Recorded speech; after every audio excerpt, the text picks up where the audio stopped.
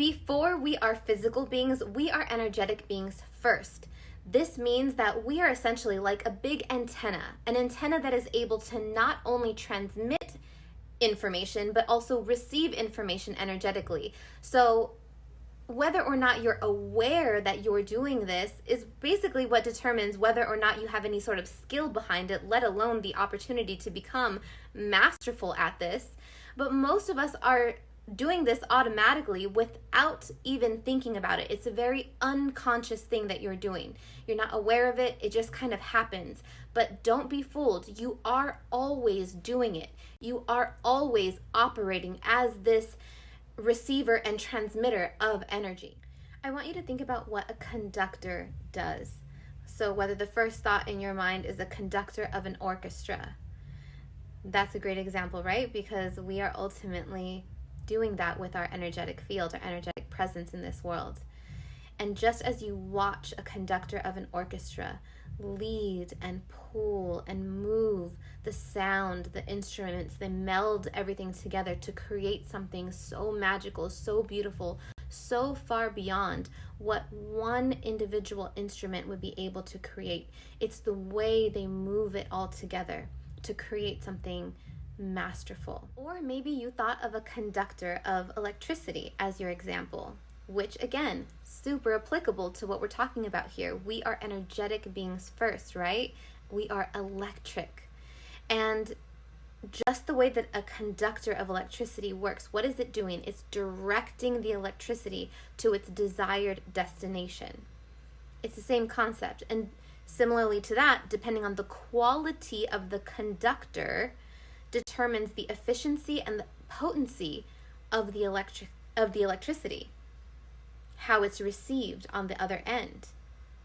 Quality of conductor, masterful conductor. Or maybe you thought of conductor like choo-choo, and that's applicable too. Even that instance is talking about, again, the ability to create this masterful approach to navigating multiple directions of something, essentially of energy. Even in that sense, the energy in that form is a train, right? Tons and tons of machinery, heavy, heavy things that, if not conducted properly, will create massive amounts of destruction, not only in the physical form, but for the recipients of the shipments that are being sent.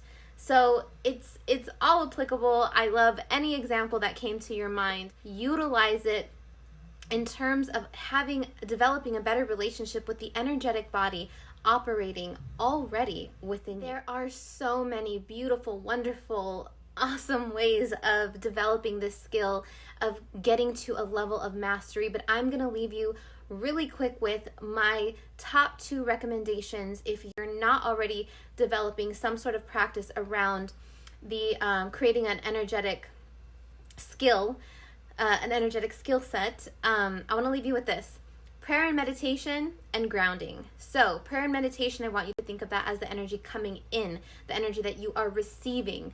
This is essentially how we want to clean that part of our vessel, is by having this sense of connection to something beyond our physical form. So essentially connecting to the source of the energy in which that we are talking about.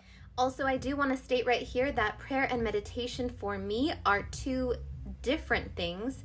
So I just wanted to make sure that I stated that I'm not saying them as one thing. They are different, and we will go into the differences in another video. And the second part is grounding. So grounding essentially just means that we want to be able to redirect our energy back out into the world, right? Which essentially we're doing anyway, but we're doing it consciously now, because we're always doing it in the words that we speak, in the way that we're being. Our energy is felt even before our physical body is felt, right?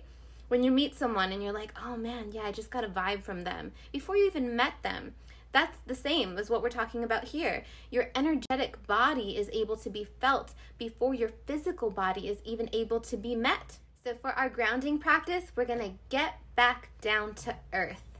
And it's truly the best way that I have found to not let the energy sort of just spaz out all over the place. When we get back to nature, when we reconnect to the dirt and the grass and the green and the brown and the blues and the everything that is outside, the ability for the earth that takes care of us so well and so beautifully in a way that we don't even need to ask it to do. It just does. It was created for us just as much as we were created for it.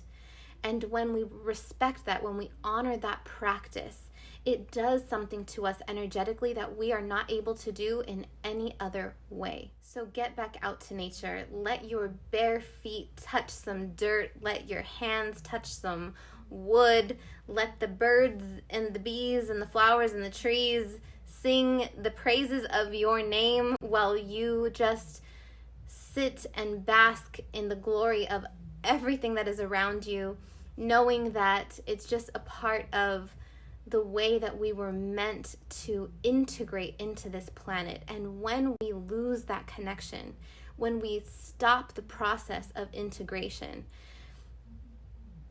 we are definitely not conducting ourselves in a manner that is masterful in any way.